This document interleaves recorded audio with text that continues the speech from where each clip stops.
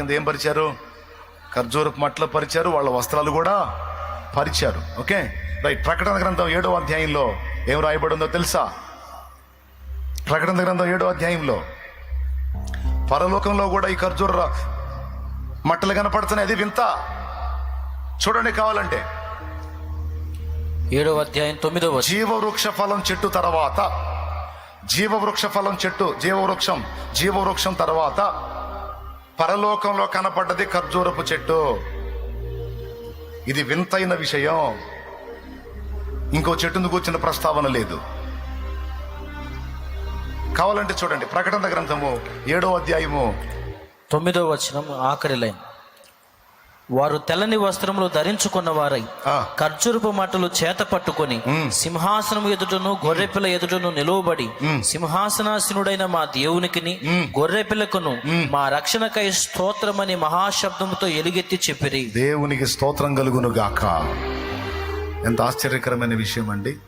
సింహాసనాసీనుడైన వానికిని గొర్రెపిల్లకును మా రక్షణకై స్తోత్రమని ఈ జయించిన వాళ్ళు, జయ జీవితాన్ని పొంది సింహాసనం ముందుకు వెళ్ళినటువంటి వీళ్ళు, ఎవడునో లెక్కింపజాలని గొప్ప సమూహము, ప్రతి జనములో నుండి, ఆయా భాషలో మాట్లాడు వారిలో నుండి, ప్రతి వంశములో నుండి ఎవడునో లెక్కింపజాలని గొప్ప సమూహము, వాళ్ళ చేతులందరి చేతుల్లో ఖర్జూరపు మట్టలు ఉన్నాయట. దేనికి గుర్తుగా వాళ్ళు పట్టుకున్నారు? జయ సంకేతమునకు, జయ సూచనగా వాళ్ళు ఖర్జూరపు మట్టలు పట్టుకున్నారు. దేవునికి మహిమ కలుగును గాక. మనము కూడా జయించువారముగా, జయ సంకేతముగా, జయ సూచనగా మనం నిలవాలి. మన తర్వాత వచ్చేటువంటి వాళ్ళందరికీ కూడా మనం జయించి మాదిరి ఇవ్వాలి. మనం నడిచి త్రోవ చూపాలి. మన ముందు జయించిన వాడు నా యేసయ్య, మన ముందు జయించి నిలిచిన వాడు నా యేసయ్య. ఆయన వెనువెంట పరిశుద్ధులమైన మనం కూడా జయ జీవితాన్ని అనుభవిస్తూ మన తర్వాత వచ్చే వాళ్ళందరికీ మనం జయ సంకేతాలుగా, జయ సూచనలుగా నిలవాలి అని చూపిస్తున్నాడు. నా ముందున్నటువంటి దైవజనులు నాకు జయ సంకేతాలే.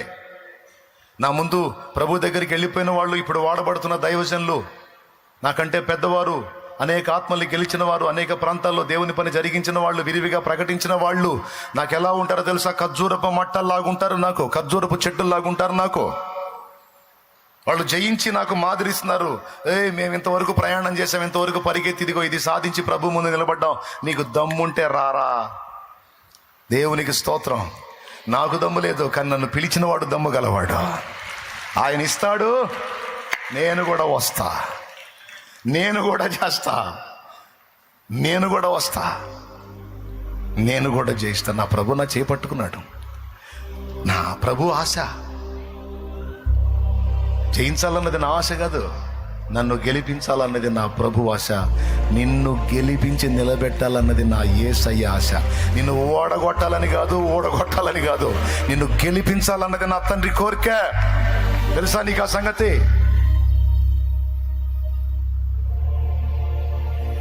జయించిన నీవు నా పక్షమై ఉండగా, జయమిచ్చు నీవు నన్ను నడుపుచుండగా, జయమే నాశ, అది ఏ నీ కాంక్ష, నీకే నా స్తోత్రార్పణలు. నా యేసయ్యా ఈ దివ్య ప్రేమలో నా జీవితం పరిమళించెనే. నా యేసయ్యా నీ దివ్య ప్రేమలో నా జీవితం పరిమళించెనే. నా జీవితం పరిమళించెనే. హల్లెలూయా. ఖర్జూరపు చెట్టు యేసయ్యను సూచిస్తుంది. వినండి బాగా. ఖర్జూరపు చెట్టు మనల్ని సూచిస్తుంది. ఖర్జూరపు చెట్టు సంఘాన్ని కూడా సూచిస్తుంది.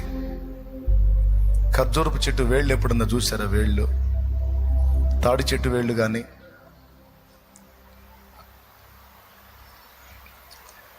వేప చెట్టు, మిగిలిన చెట్లు, మామిడి చెట్టు, వేప చెట్టు, రకరకాల చెట్లు ఉంటాయి. చెట్టు ఏడుంటే వేర్లు పోయి ఆడో ఉంటాయి, భూగర్భంలో వేర్లు ఎక్కడో ఉంటాయి. కొంగటేరు ఒకటి నిలువున లోపలికి వెళ్ళిద్ది, మిగిలిన పక్క వేర్లు అన్ని పోయి ఎక్కడెక్కడెక్కడెక్కడెక్కడెక్కడెక్కడెక్కడో ఉంటాయి. ఒకదానికి సంబంధం ఉండదు. ఒక దగ్గర నుంచి బయలుదేరుతాయి, కానీ అన్ని సపరేట్గా ఉంటాయి. ఎంతమందికి తెలుసు మిగిలిన చెట్లు? కానీ మీరు వెళ్ళి చూడండి, ఎక్కడ అవకాశం దొరికితే ఖర్జూరపు చెట్టు తగిన తర్వాత దాని వేళ్ళు చూడండి, ఎట్లుంటాయి తెలుసా? దాని వేళ్ళు అన్ని సన్నగా వచ్చి ఒకదాంతో ఒకటి పెనేసుకొని ఉంటాయి. తాడి చెట్టు వేళ్ళు లాగానే ఉంటాయి, ఈత చెట్టు వేళ్ళు. అదిగో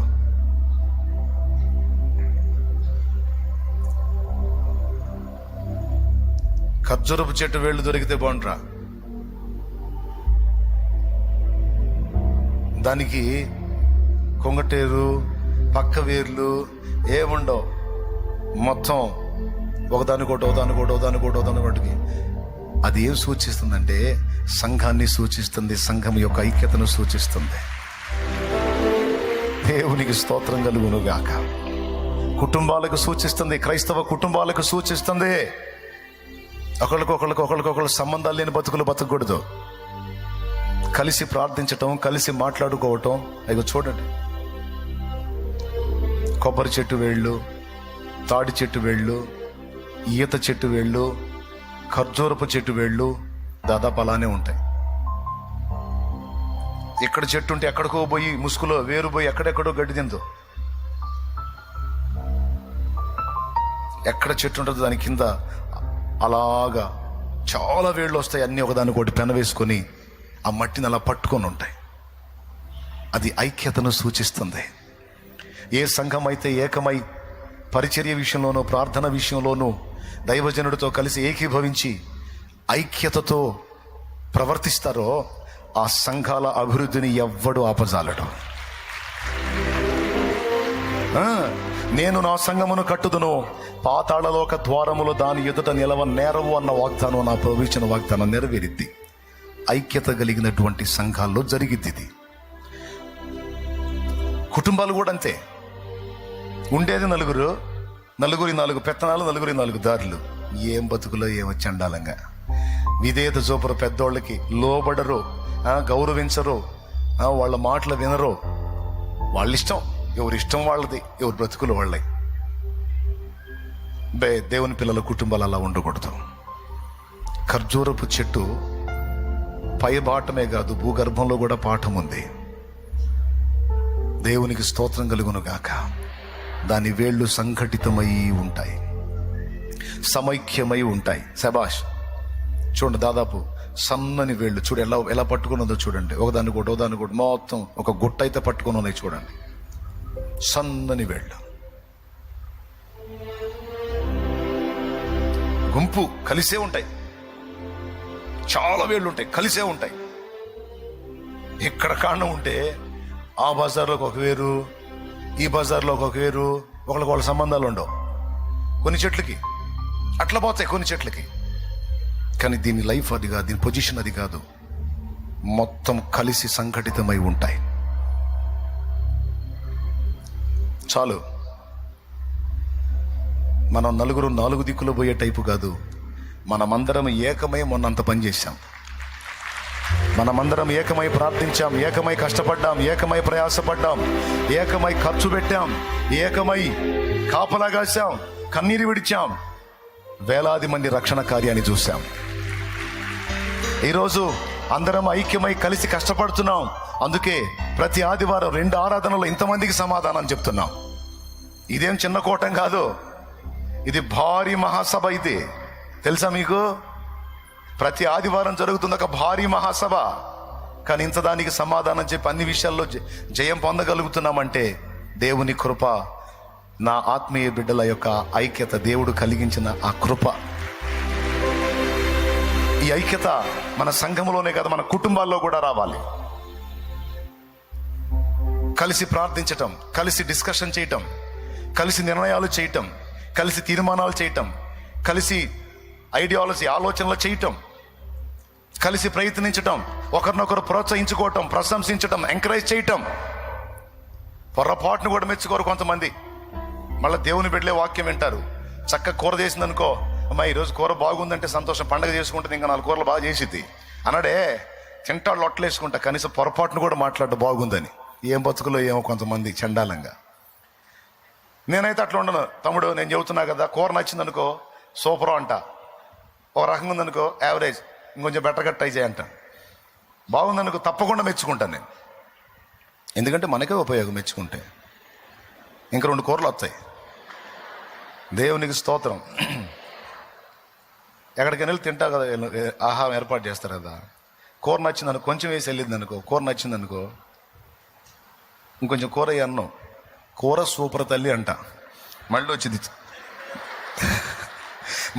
అది ఆ డేసా తీసుకొని మళ్ళీ వచ్చి వేసుకోనే వేసింది. ప్రశంస, ప్రోత్సాహం, మెప్పుకోలు మాట, ఒక మాట. రోజంతా కష్టపడి పని చేసి నీ కోసం ఎంతో త్యాగం చేశాడు నీ భర్త. మా కోసం చాలా కష్టపడుతున్నాను, ఒక్క మాట. చాలా ప్రయాసపడ్డావు, ఒక్క మాట అన్నరే మహాతల్లులు. చేయకపోతే ఎవరు చేస్తారేంది? చేసుకున్నప్పుడు చేయడా అయింది, ఆ పిల్లల్ని కన్నప్పుడు చేయడా అయింది, అందరూ చేయట్లేదా అయింది. ఏం తీసుకొని కొట్టాలో అర్థం కాదు ఈ మనుషుల్ని. ఏమండి అదే అండి మాట, అదే ఆ పద్ధతి. అందరూ చేశారు, అందరూ చేస్తున్నారు, ఈయన చేసాడు ఏంది, నేను గొప్ప ఏంది అని వెటకారాలు చేస్తే ఎట్లుంటుందండి కష్టపడ్డోడికి. కానీ క్రైస్తవ కుటుంబాలు అలా ఉండకూడదు. కష్టపడి నీ భర్త ఇంటికి వచ్చినప్పుడు, చాలా కష్టపడుతున్నాయా నా కోసం, పిల్లల కోసం, కాస్త నీళ్ళు పోసుకో, కాస్త పండుకో, ఆ కాళ్ళకి నూనె రాస్తాను, పరిచర్య చేస్తాను, కాస్త రెస్ట్ తీసుకో, బాగా అలసిపోయినట్టున్నావు అను. కాళ్ళు భూమి మీద ఉండవు, ఆకాశంలో తేలుతుంటాడు మనిషి. కానీ ఈ దరిద్రం ఏంది చెప్పనా, నెంబర్ 1 ఈ పని చేయరు, నెంబర్ 2 ఈ పని చేస్తారు. అందుకే ఎక్కువ నెంబర్ 2లో కనెక్ట్ అవుతారు. నెంబర్ 1 భార్య అన్నది ఇట్లా ఎక్కువ బయట అంటుంటుంది, అబ్బో ఏం హాయిగా ఉంటుంది, అందుకే కదిలితే ఆడకపోతుంటాడు. ఆ పరిస్థితి రాకుండా ఉండాలంటే అదేదో నువ్వే చెప్పు. వీళ్ళేమంటే తెలుసా, మాకు రావట్ట అంటే మాయలు చేయటం మాకు రాదు, మోసాలు చేయటం మాకు రాదు.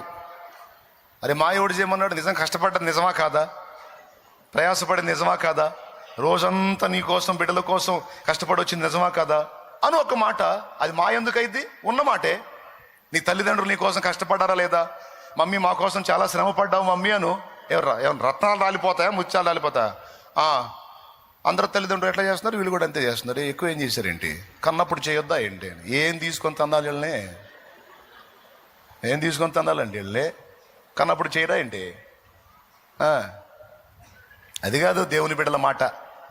అమ్మా మా కోసం కష్టపడుతున్నావు, నాన్న మా కోసం చాలా కష్టపడుతున్నావు అను.